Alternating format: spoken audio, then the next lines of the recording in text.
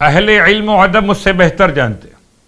اہل ایمان تو اس بات کے عادی ہیں کہ پورے ہفتے میں اتوار کے دن خاص طور سے، میں پھر یاد دلا دوں، جیسے جمعرات کے دن آپ زیارت وارثہ پڑھ لیتے ہیں، ایسے اتوار کے دن مولائے کائنات علی ابن ابی طالب علیہ الصلاۃ والسلام کا دن۔ اور یہ بات یاد رکھیں کہ مولائے کائنات کے نام سے منسوب دن ہو اور اس دن میں مولا کے چاہنے والے خطائیں کر رہے ہوں، معصیت کر رہے ہوں، یقیناً یہ ناقابل برداشت عمل ہے مولا کے لیے۔ اس اعتبار سے ہر اتوار کو یہ سوچ کے گزاری ہے کہ جیسے جمعرات معتبر ہو گئی شب جمعہ مولا حسین کے نام سے، ایسے اتوار معتبر ہے مولائے کائنات علی ابن ابی طالب علیہ السلام کے نام سے۔ تو ایک زیارت تو اتوار کے اعتبار سے کہ جس زیارت کو خود امام زمانہ علیہ السلام نے تعلیم فرمایا ہے، آپ اپنے جد کو سلام کیسے پیش کرتے۔ میں شاید اور بھی زیارات کی وضاحت کرتا اور دنوں کے نام لے کر بات مکمل کرتا، مگر اپنے عنوان پر رہنے کے لیے اور خاص اتوار کے دن امام زمانہ سے بات کو منسوب کرتے ہوئے کہ زیارت امین اللہ میں ایک عنوان امام زمان کا بھی ہے، تو زیارت امین اللہ کی تلاوت کا شرف بیان کرنے سے پہلے اس زیارت کی تھوڑی سی تاریخ بیان ہو جائے۔ صاحبان علم و ادب کی خدمت میں جملہ عرض کر دوں، ابھی تمہید کی منزل پر کہ امام سید سجاد علیہ السلام اپنے جد کی زیارت کو پہنچے ہیں کوفہ اور وہاں سے پہنچے غری۔ غری کو ہی آج نجف کے نام سے یاد کیا جاتا، اور امام علیہ السلام نے اپنے جد کو سلام پیش کی۔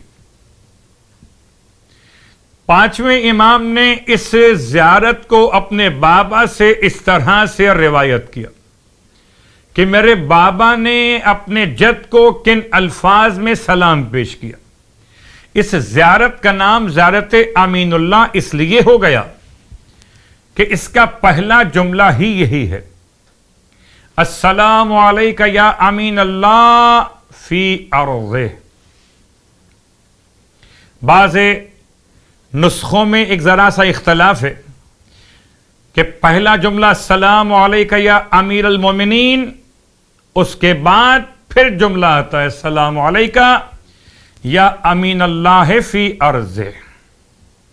بہرحال یہ دو روایات کا اپنے مقام پر الفاظ کا اختلاف، لیکن زیارت امین اللہ امام سید سجاد علیہ السلام کا دیا ہوا عظیم الشان تحفہ ہے، جیسے زیارت وارثہ امام جعفر صادق علیہ السلام کا دیا ہوا تحفہ۔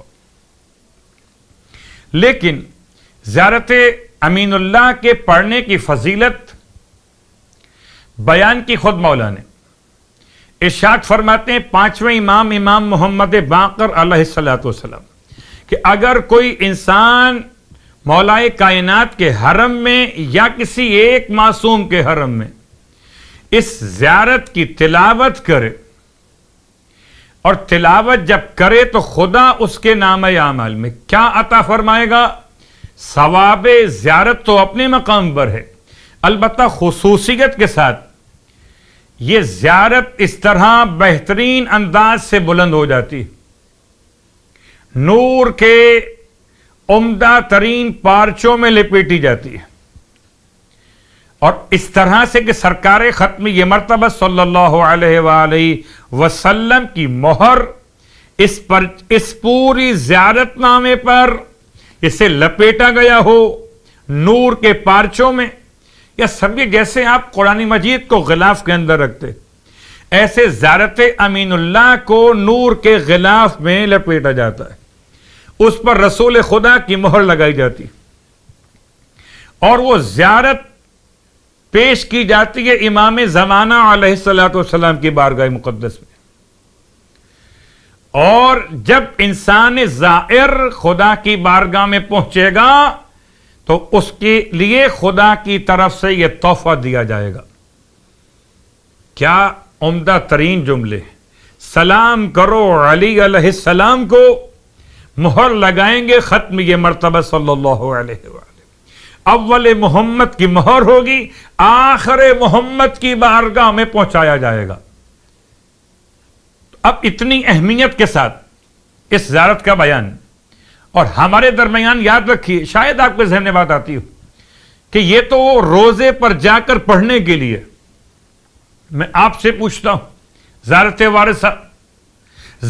وارثہ بھی امام حسین علیہ السلام کے روزے پر جا کر پڑھنے کے لیے، لیکن کیا مومن اپنے گھر میں نہیں پڑھتا؟ کیا مومن اپنے علاقے میں نہیں پڑھتا؟ کیا مومن اپنے تمام تر جہاں جہاں رہتے ہیں وہاں سے امام کو سلام نہیں کرتے؟